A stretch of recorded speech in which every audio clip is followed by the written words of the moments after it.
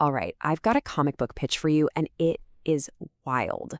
Okay, imagine you take an ancient, absolutely terrifying demon. I mean, a bringer of plague and famine, a monster so grotesque its only purpose is to inspire pure dread, and then you flip the script. You make him the hero. That's the brilliant, high-concept idea we're breaking down today. And this right here, this logline tells you everything you need to know. You've got to understand, this is not your classic good versus evil story. No way. This is all about survival. It's like making a deal with a hurricane just to put out a wildfire. We're about to dive headfirst into Dynamite Comics' new Monstrum universe. And trust me, it gets dark. And look, when I say dark, I am not kidding. The vibe they're going for is The Exorcist meets John Constantine. So you've got that deep, bone-chilling, atmospheric dread, but you mix it with that gritty, cynical, boots-on-the-ground kind of magic. So yeah, expect some heavy mythology and some seriously visceral horror. So you're probably asking yourself, why in the world would anyone summon a demon of pure destruction to be their champion? Well, to get that, you first have to understand the other monster, the one he was created to fight. You know, every great story needs an even greater villain, right? And this story's villain is a real piece of work, pulled straight from ancient Mesopotamian myth. Let's talk about Lamashtu. So what makes her so uniquely terrifying? It's her focus. See, she's not just some random force of nature. No, the lore paints her as a cruel, calculating predator. She represents a very specific, very targeted kind of genuine evil, one that preys on the absolute most vulnerable people imaginable.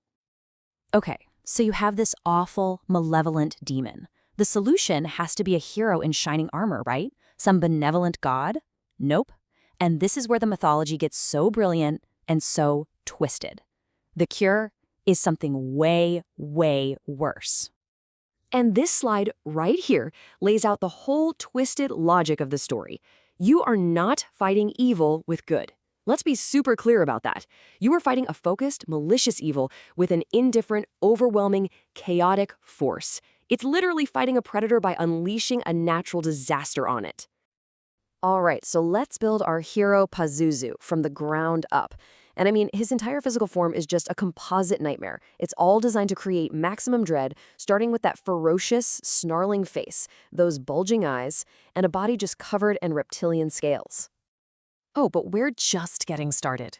He's this insane hybrid of creatures, each one suggesting total dominion over some part of the world. You've got these huge, leathery bat wings for the sky. You've got raptor-like legs with these deadly talons for the ground. And to top it all off, a scorpion's tail dripping with venom. The guy's not just a monster, he is a walking, flying arsenal. And this terrifying design, it's not just for shock value. It perfectly explains what he is. Here's the key thing you gotta get. He's not evil in the same way Lamashtu is evil. He's not malicious. He doesn't hate you. He is the scorching desert wind, the one that brings famine and sickness. He's a force of nature. A really, really terrible one, but one you could maybe point in the right direction.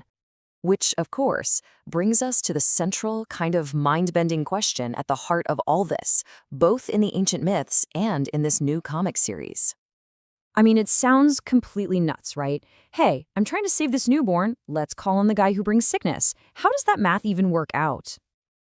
And boom, here's the answer. This is the aha moment. This line right here just perfectly captures that desperate, pragmatic logic of the ancient world. It was never about worship. It was never about love. It was about picking the right tool for a truly terrible job. Let me give you a modern analogy. Imagine you have rats that are going to destroy all your food. So you get a highly venomous snake and keep it in a cage right by your pantry. Now, you don't love the snake, you're terrified of it, and you definitely don't want it getting out.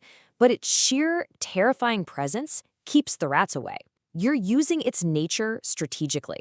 That's Pazuzu. And what's so cool is that this isn't just some made-up comic book concept. It's based on a real magical principle called apotropaic magic. The whole idea is to turn away evil by using something more evil, or at least more terrifying. You basically out-terrorize the threat. It's the engine driving this whole story.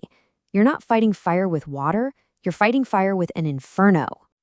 Now check this out, because this is fascinating. This quote, It's taken word for word from a real ancient amulet.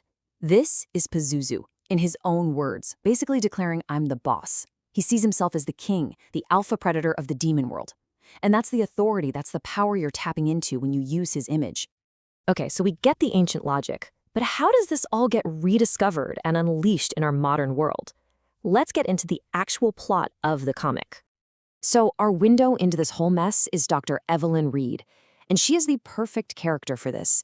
She's not some wizard or a mystic. She is a brilliant, pragmatic, maybe a little cynical archaeologist. Her specialty? Mesopotamian apotropaic magic. And, because of a tragedy in her own past, she gets it. She knows that some ancient problems, well, they require ancient and, frankly, terrifying solutions.